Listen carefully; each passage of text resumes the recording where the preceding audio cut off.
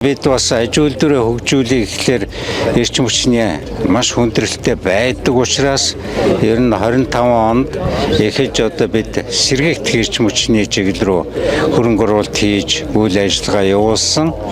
За өнөөдрийн байдлаар одоо бид нэр бас өөрсдийн барилгын материалын үйлдвэр үйл ажиллагаа явуулдаг одоо уурхайнууд энд эргээд үйлдвэрүүдээ өргөдөхийг гэхлээр эрчим хүчний боломж байдгүй.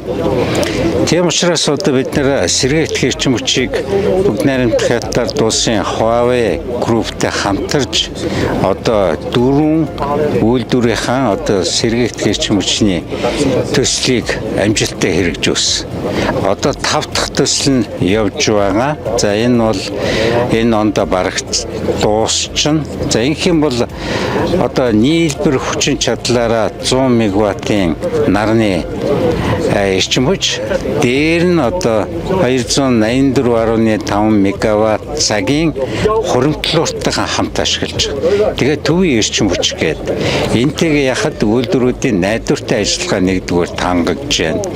Хоёрдугаарт одоо барилгын материалын үйлдвэрүүдийн одоо эрчим хүчийг өндөр өртөг эзэлдэг.